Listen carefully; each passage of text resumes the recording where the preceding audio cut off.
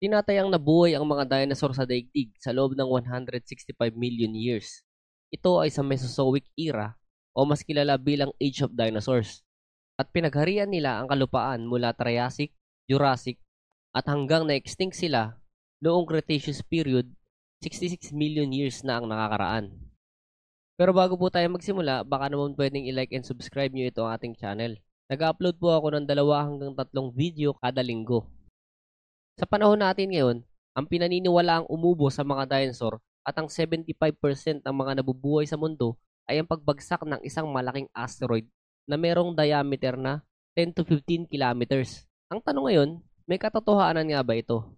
At kung totoo naman ito, ano ang kanilang mga basehan? Noong 1970, habang naghahanap ng petrolyo ang mga geophysicists na sila Antonio Camargo at Glenn Penfield doon sa Yucatan Peninsula, Mexico, nadiskubre nila ang crater na binagsakan ng Chicxulub asteroid.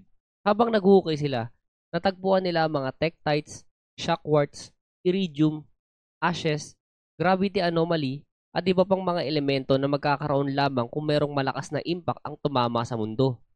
10 taon ang makalipas, doon naman sa Gubbio, Italy, natagpuan ng mag-amang Luis at Walter Alvarez ang hindi may paliwanag na dami ng iridium.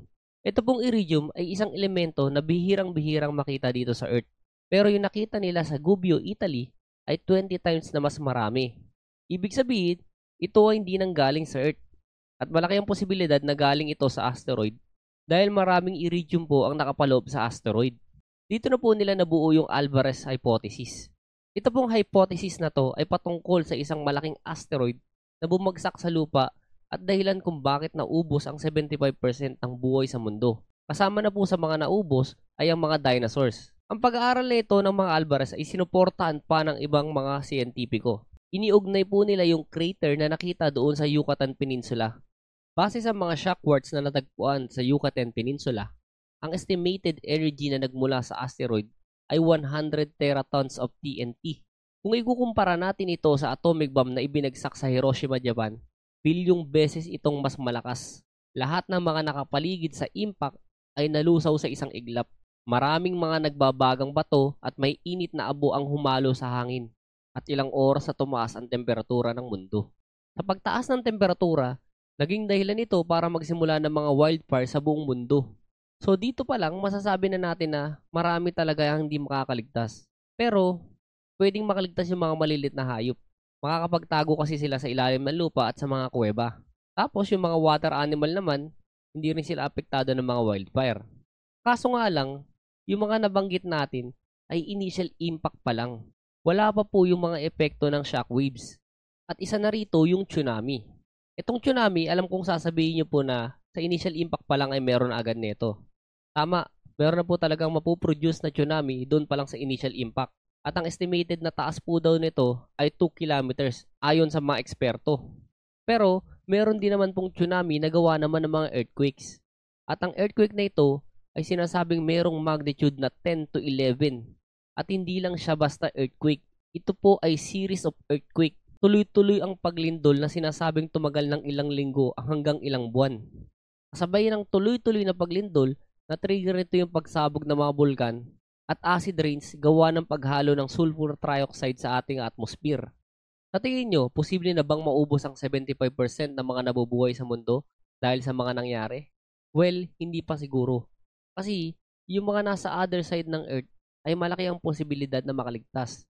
Yung epekto po kasi ng lindol, wildfire, tsunami, acid rains, pagsabog ng mga bulkan ay siguradong mas mababa na ang epekto kung makakarating sa kabilang side ng mundo. Ang pinaka nakaapekto po talaga sa kanila ay itong tinatawag na impact winter. Ito yung malawakang pagkalat ng alikabok, usok at debris sa atmosphere na humaharang sa sinag ng araw. Ang sunlight kasi ay mahalagang sangkap sa food chain. Kung wala kasing sunlight, walang pagkukunan ng pagkain ng mga halaman.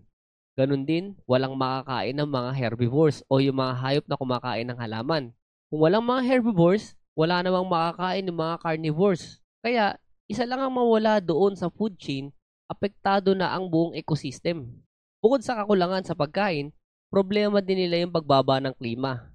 Karamihan kasi sa mga hayop na nakatira sa tropical na lugar ay mahihirapang maka-adapt sa biglaang paglamig ng temperatura. Dito, maaari silang magkasakit o tuluyan ng mamatay. Ayon sa mga eksperto, ang estimated time frame ng impact winter ay 10 to 20 years. Ganun katagal pinahirapan nitong impact winter ang mga nabubuhay sa panahon na yun. Imagine, paano ka makakasurvive sa mundo nang walang sinag ng araw? Sobrang dilim siguro o baka total darkness ang nangyari. Alam niyo nung una, hindi ako naniniwala na dahil sa asteroid impact, mauubos yung mga dinosaur. Iniisip ko kasi kagad, paano madadamay yung mga nasa kabilang panig ng mundo? Tapos, in case na may side effect dahil sa mga shockwaves, hindi pa rin sasapat para ma-wipe out yung mga dinosaur. Kasi nga, malalaki at malalakas sila. Yun pala, meron nitong impact winter na to na nakakapekto sa pagkain nila. At alam naman natin na yung pagkain ay isa sa mga pinakamahalagang aspeto para mabuhay. Dahil nga malalaki at malalakas sila, kinakailangan nila ng mas malalaking portion ng pagkain. Hindi kagaya ng mga maliliit na hayop na maliliit na portion lang okay na sila. Tapos idagdag pa natin yung pagbaba ng oxygen level. Dahil nga po nauubos na yung mga halaman. Kung iisipin nyo, hirap ka na nga humanap ng pagkain, hirap ka pang huminga.